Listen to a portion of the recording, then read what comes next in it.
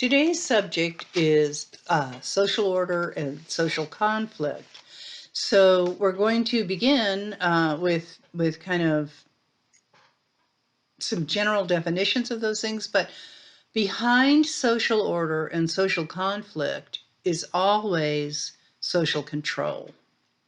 And what social control is a process that through both informal and formal mechanisms maintains an orderly life, social life. There are lots of ways to do that, as we will see, and we'll see what both formal and informal methods are here very shortly. So, how do you maintain an orderly, excuse me, social life? Well, first of all, there are norms and laws, and that's kind of the bottom line of acceptable behavior. And it's acceptable behavior and not being a deviant from acceptable behavior, which, as I've said before, in a sociological sense and perspective, what makes, the term deviant simply means you're not following the rules. So you've got norms and laws, so you know what the rules are, right, and what to follow. So norms are generally agreed upon standards on how people should behave. The norms are usually unwritten and learned unconsciously. You learn them, you grok them, using an old term from an old 60s book everybody read called Stranger from a Strange Land, where he was an alien from off planet.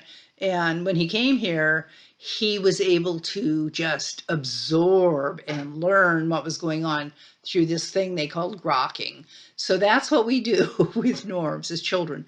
We just pick it up. We watch what others are doing. We learn through observation. We learn through people saying, I think I've said this before, don't stare, that's rude, that type of thing. There's no law against staring, but we know we're not supposed to, or other things in public, that type of thing. So all societies have norms. Examples including, and these are particularly Western examples that they're giving you here, they are not true cross-culturally, as you know by now. But some examples include that children should follow parents' advice, that people in line should be orderly, that the individual should accept an offer of a handshake if your culture does handshakes, which many don't. So since norms are not written into law, the enforcement of norms tends to be fairly informal. So if you violate certain norms, you might be considered to be rude. People might avoid you in the future when you get a reputation for that. So that's one sanction, right? Avoiding people. Sometimes direct action is taken. If someone's disruptive, they might be asked to leave a situation. Now, a law is very different than a norm in the sense that it's a binding rule, and it is created through the enactment of legal enactment or custom, depending on what culture you're in, that defines right and reasonable behavior, and it's enforceable by threat or punishment. So the system of law is much more common, much more elaborate in state level societies, but many non-state level societies, smaller societies, have laws as well. And religion, once again, we have this supposed division of church and state in the U.S., but especially in the U.S., but in many, many, many, many countries around the world, religion often provides the legitimacy for the laws. So they're giving you an example of a non-state society, an indigenous society, the Australian Aboriginal people, who have a mythological past called a dream. It's not mythological to them, but it is to Westerners. It's very real to them, called the Dreamtime. And from that period of far in the past, their laws came from the dream time. So they do have laws. And it comes from a religious, or in this case, spiritual background. The terms law and religion are synonymous in Islamic states. They mean the same thing. This is what the freak out about Islamic law is about in the US. And then secular Western states uh, consider their laws religiously neutral. I just made reference to that. But many of, not most of them, are based on the Ten Commandments to one degree or another. So, what kind of systems are in place for social control, for being sure that there's some sort of, way to make people be normal and not be deviants in a society? Follow the norms. That's where the word normal comes from. Is from norms. So there's once again a big difference between small scale societies and large scale societies, as you might imagine.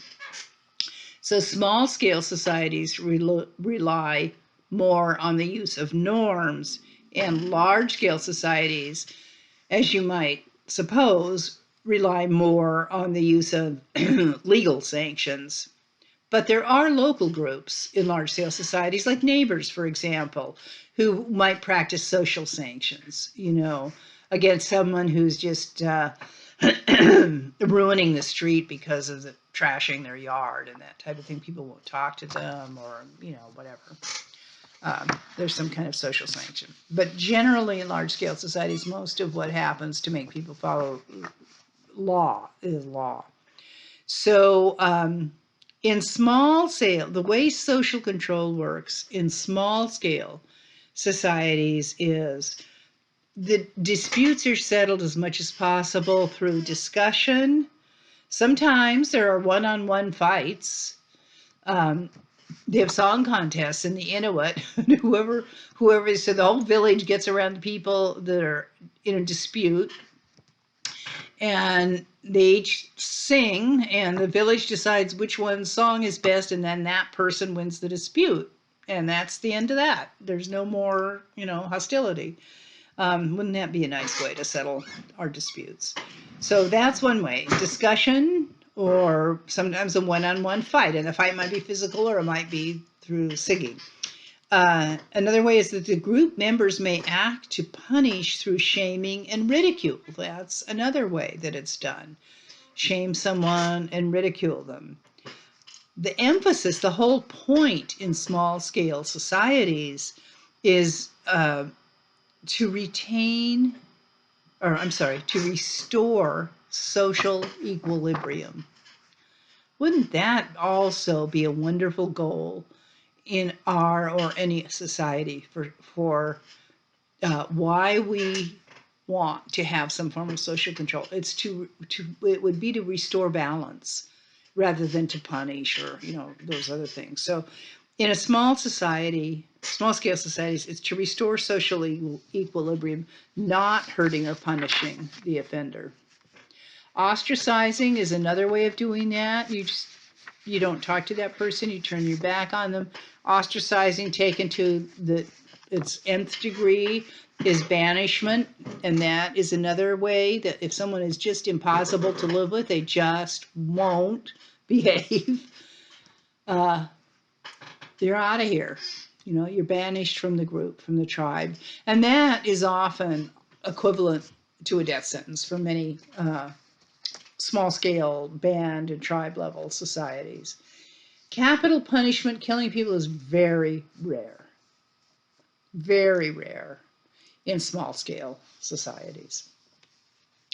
You'll see it's very rare in large scale societies in today's world. In the industrialized, democratic, modern societies, only the United States and Japan has the death penalty, and Japan doesn't ever use it, unlike us.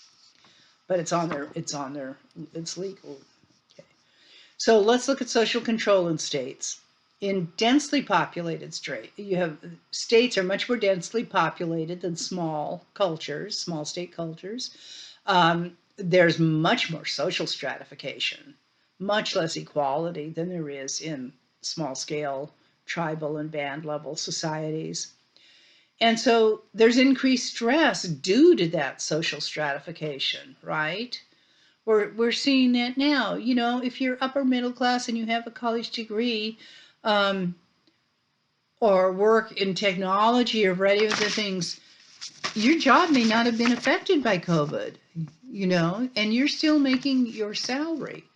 And here are these other people in the same society, practically starving, living on the streets, can't feed their kids, et cetera, being evicted. So that's the dynamic that happens more frequently. Not even when there isn't a crisis happening like there is today. People, this there's a lot of stress due to the unequal, you know, distribution of surplus, inheritance rights to land, etc. And also, not everyone knows everyone else, as in a small scale society where you know the clan and band members that you're around. So there's no face-to-face responsibility uh, in localized groups, in states, in large scale societies. So there are how states have evolved to develop systems of social control that work, if you want to call it that way. They're pretty dysfunctional, but can be applied in a mass scale society. Or one, there are a specialization of roles involved in social control. Um, Things such as formal courts, trials, and courts. There's power enforced forms of punishment, such as prisons and the death penalty. And there are informal measures, of course, that exist alongside formal strategies at local levels. So the specialization, that's the first thing, are police, judges, lawyers, sheriffs, you know, parole officers, prison guard, you know, this increases all of those job specializations in social control with large states. Um, they're full-time professionals. They're often members of powerful groups, especially if you think about judges and lawyers and that type of thing. And so what happens is that system perpetuates the very inequalities and elite biases in the society, in the society at large, but in the justice process. Okay. Policing is a form of social control that includes surveillance and the threat of punishment. The police are a special organization and personnel who discover, report, and investigate crimes, and you're all aware of that. And police are associated with states. Almost all, I would guess all state-level societies, 100%, have some form of what we would call police. So let's look at trials and courts now.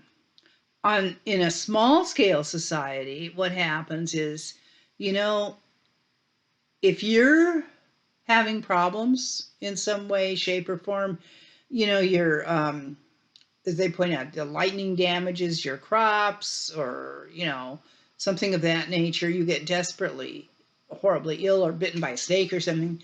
What that is that the ancestors, the spirits, have defined a kind of wrongdoing. The very fact that those things have happened to you is kind of proves or shows that you did something wrong, like breaking a taboo somewhere along the line. Other cases in small scale societies, there's something called trial by ordeal, which can be, you know, you're put through some kind of a test. It can often be horribly painful. How you hold up under the pain can show whether you're guilty or innocent. It wasn't a small-scale society, but during the witch-burning times in medieval Europe, one of the trials by ordeal was to throw a supposed witch, suspected witch, in the water, in a river, and if she survived, that proved she was a witch, because it was supernatural powers that allowed her to survive. If she drowned, It proved she was innocent, but she was dead. There you go. You died either way because they burned you at the stake if you survived the drowning. Okay. That's a trial by ordeal. So the court system, this is another aspect of social control in states, is the court system. Most contemporary societies have courts, but there are variations, of course, in how they work, what the jury composition is, and that sort of thing, okay, the technicalities of a court system. But the goal of contemporary courts is to provide justice and fairness. That's, I would say, the theoretical goal. It's the stated goal. It's not what happens in the real world, as I think we're all aware. And as your text says, the analysis of the United States and elsewhere reveals there are ongoing problems, to put it mildly, with achieving those goals of justice and fairness. Let's look at prisons and the death penalty quickly. In most small-scale societies, as we said, punishment is ostracism, banishment. It's very rarely death. For instance, in pastoralist societies, it is a common thing for the punishment for theft or murder is to compensate the members of the families that were harmed. In some cultures, if you kill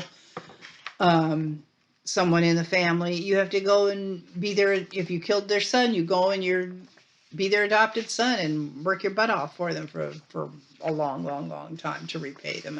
In other cases, it's animals or, whatever the medium of exchange is. So it's important. I want to go back to really have you understand that. I'm looking here. I don't see why I have social order and social conflict. Okay, I have it's double copies of something here. The death penalty is just not happening in other countries in the world. And it's really, really, really important to understand that the United States is an anomaly. You can look it up. I looked it up myself to see how that was, played out. And as I said, a lot of the really, the countries that are not Western democracies, okay, they have the death penalty. Places like Rwanda and other places. But in general, there are no democracies, as I stated earlier, other than Japan. The Scandinavian countries, like Norway, for instance, will not, if we ask a criminal to be sent back to the United States, an American citizen criminal to be sent back to the United States, for example, they won't do it. They will not do it because of our inhumane prison system and because of the death penalty, particularly if it's someone who could be done in by the death penalty. So I just want to reiterate that so that you understand it, because it's such a terrible thing for the U.S. Well, anyway, I won't go into that, but it makes us an anomaly and very unrespected among like nations, like those in Europe and Scandinavia, etc., that we have a death penalty. And so the compensation. So we talked about that compensation to the family is often payment or working in small-scale societies for theft or murder. But in industrialized nations, of course, it's prison. And prison has a very long history. It emerged with the state, as you might imagine. There were no prisons formally as an institution prior to about the 1600s. The first prison in the United States was in Philadelphia in the late 1700s. And the percentage of people in prison varies around the world. Now, I just talked about the death penalty with you. I want you to understand something else about the United States. We have the highest percentage of our population in prison than any other nation in the world. So it's just huge. We have the highest rate also, not just percentage of the population, but the highest rate of incarceration of any nation in the world. So and that percentage, as I said, varies widely around the world in states that have prisons. I also want to say that the types of prisons that we have vary greatly around the world. There's a video in the class that's This Country is Better Than France is the title of it, which is actually about prisons in Norway, so you'll get to see that. It's a short clip, a special feature to Sicko, actually, the film Sicko.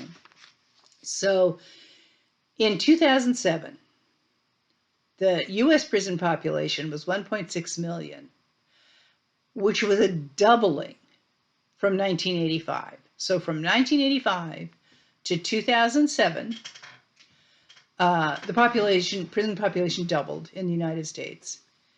Also, at the same time, it doubled in Brazil and in Mexico, not two countries you want to necessarily compare yourself with in these issues. That was due to changes in sentencing and what was criminalized and what wasn't, that type of thing. Partially, that was what it was due to. In 2020, the prison population is 2.1 million. So since 2007 to 2020, it went from 1.6 mil to 2.3 mil. The rate of imprisonment, which is the number of people per 100,000 in prison, also varies widely around the world. It's the incarceration rate is the number of people per 100,000 in prison. So the U.S. has the highest in the world, 698 people per 100,000 population. So let's look at, other countries. In England and France, the disproportionate number of people in prison are Muslims, as you might imagine. So let's look at the U.S. now. This is very recent information. So in the U.S., these are the rates of likelihood for potential for imprisonment. Actually, more than potential, the likelihood that you will wind up in prison for those born in 2011. For all men in the United States born in 2011, the likelihood is that 1 in 9 will spend some time in prison. Okay? For white men, it's 1 in 17. For black men, it's 1 in 3. 3 times that of white men. Are black men 3 times the population of white men? No, they're not. African Americans are about 12 to 13% of the population. So there you go. And for Latino men, it's 1 in 6. Okay. Now, I want to repeat that. All men born 2011 in the United States, regardless of race, okay, the likelihood of winding up in prison is 1 in 9. For white men, it's 1 in, then you break it down by race. White men, 1 in 3. I'm sorry, white men, 1 in 17. Black men, 1 in 3. Latino men, 1 in 6. Okay, what about gender? All women born in 2011. Okay, 1 in 56 have a likelihood of winding up in prison. Can you see how many more men go to prison than women do? All men in 2011, 1 in 17. All women born in 2011, 1 in 56. White women, 1 in 11. Black women, 1 in 18. and Latina women 1 in 45. Okay. So it's a very skewed and unfair system. Part of it is due to plea bargaining. Part of it is if you're poor, you're going to get a public defender. A public defender is going to recommend that you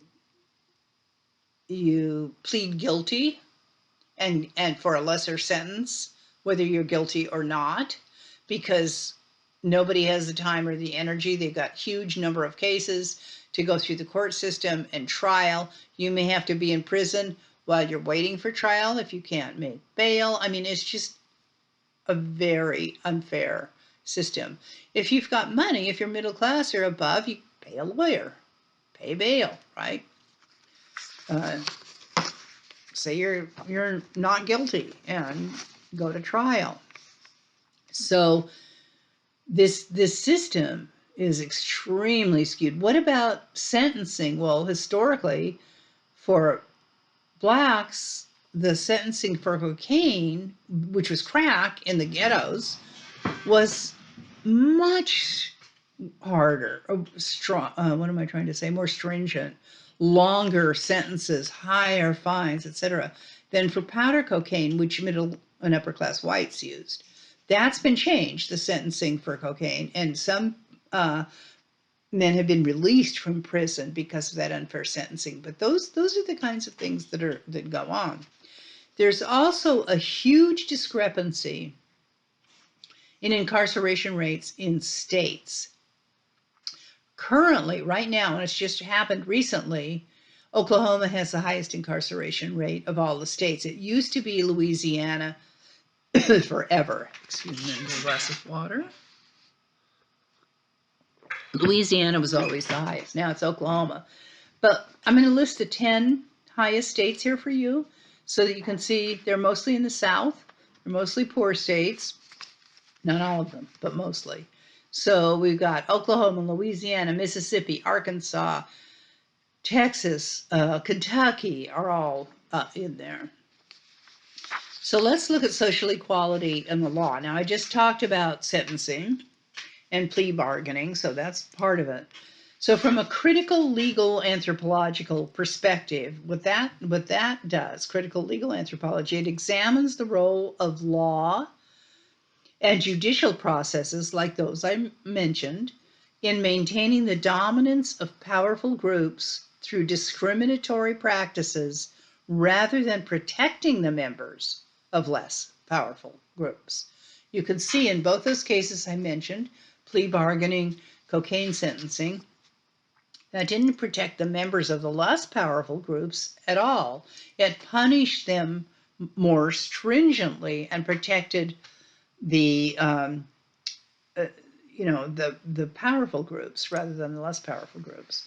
So there is systemic discrimination, not individual discrimination. Yes, that happens as well, but systemic, built into the system discrimination, also known as institutional discrimination, against ethnic minorities, indigenous peoples, and women, among other categories. Now, women don't commit crime at the rate that men do. Yet there are differential sentencing things that are very subtle that happen with women as well. So that's why they're included in there.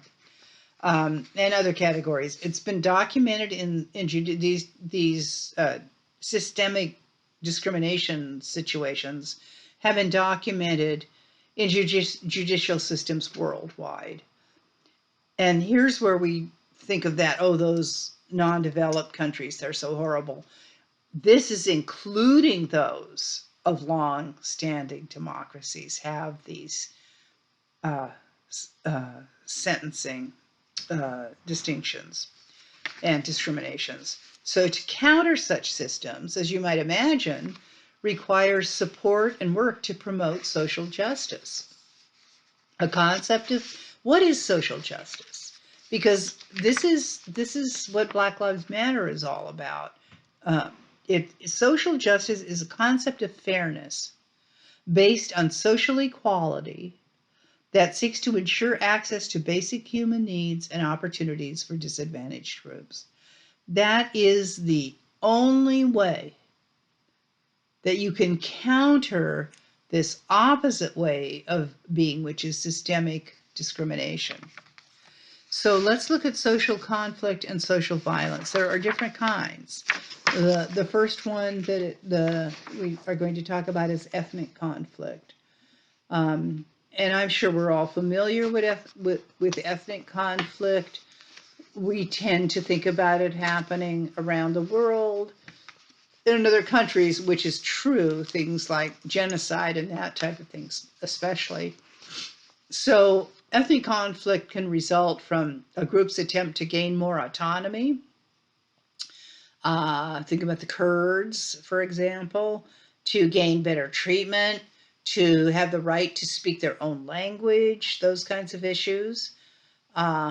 But it's also caused, so it can be, ethnic conflict can be caused by an uprising of ethnic minorities seeking social justice and not being, murdered and a variety of other things. But it can also be caused by the dominant group doing those things to them, like repressing them and suppressing them and trying to eliminate them through genocide. So ethnic conflict can happen either way. Sectarian conflict is based on perceived differences between divisions or sects within a religion, sectarian violence. So there's a long history of Catholics and Protestants, and particularly, once again, during the Renaissance time period. Bloody Mary was the Catholic queen in England and of Scotland who burned Protestants at the stake. When Queen Elizabeth came to power after her, then it was the Catholics that got burned at the stake. All Christians, so it was different sects of Christians. Also, if you think in the Muslim world, the Shias and the Sunnis are often having, all kinds of oppressions of one another in the countries where one or the other is the majority Muslim sect. What about war? War, an organized, purposeful group action directed against another group with lethal force. That is a powerful form of social conflict. And then there's something called global local conflict. And this really started around the 15th century, what was called the Age of Exploration, when European ships, Columbus most famously the first, started exploring the world. And so they wound up in tropical countries. They wound up taking them over, and there was imperialism.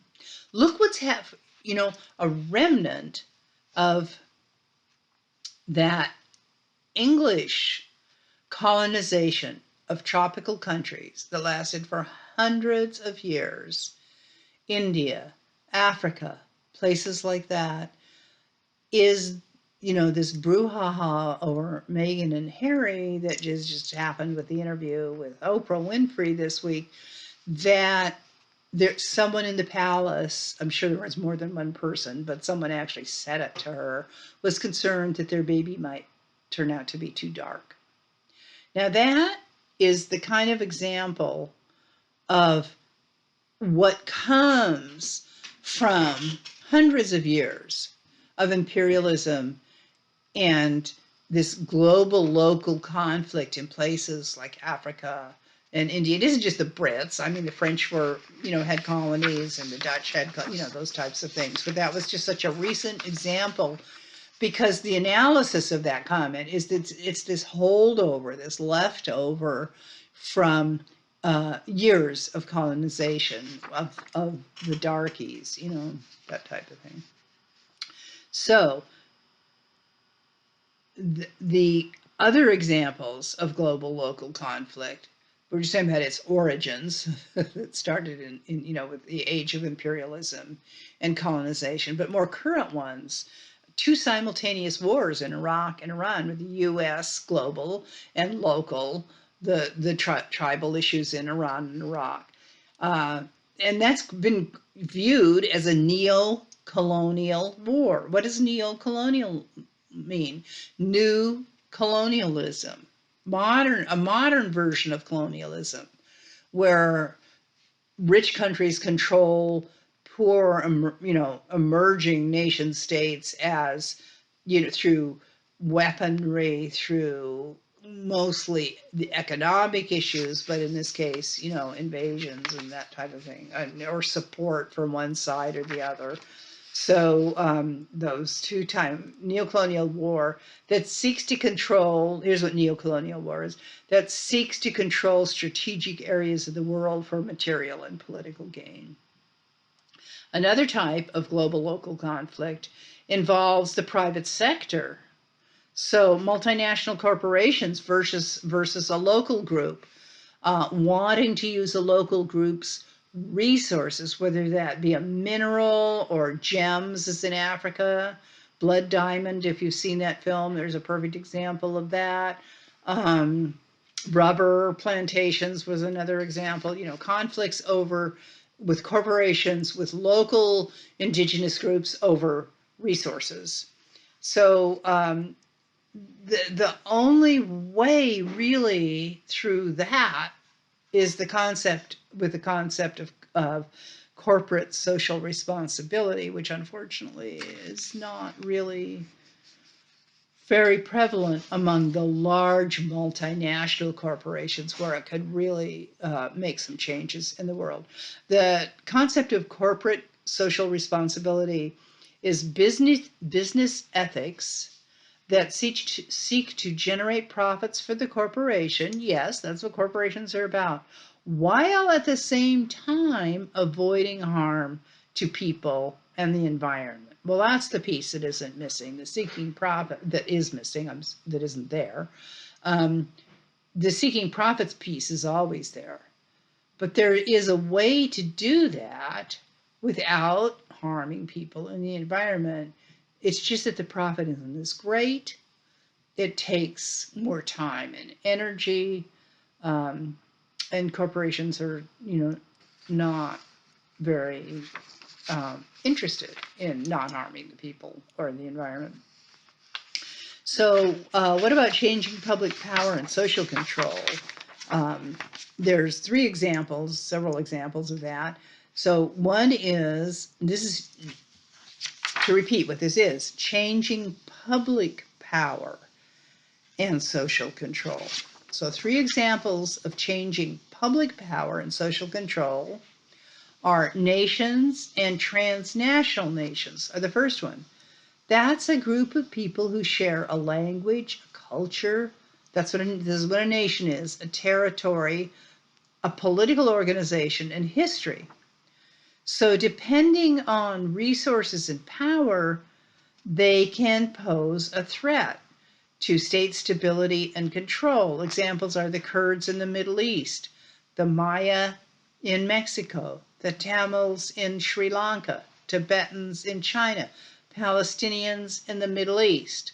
Those are ethnic and cultural groups that are nations within a larger nation, and that creates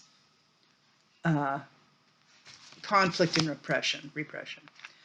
Democratization is another thing that's happening, which is a really good thing that's happening. This is one of the 3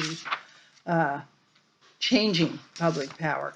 When we talk about the Kurds in the Middle East, the Maya in Mexico, the Tamils in Sri Lanka, the Tibetans in China, I'm going to go back a minute, and the Palestinians in the Middle East, in the context of wrapping this up in a more positive way with these 3 things, what is happening is that they are gaining more support, those groups, from other people in the world and other nations. So their issues are being supported more. Rather, there's still oppression, but the oppressions had to be pulled back a little bit by Mexico to the Maya and from Sri Lanka to the Tamils, because now other organizations in other countries are watching and saying, that's not okay to do that. Another good movement and a good positive move is democratization, which is the process of moving from an authoritarian regime to a democratic regime.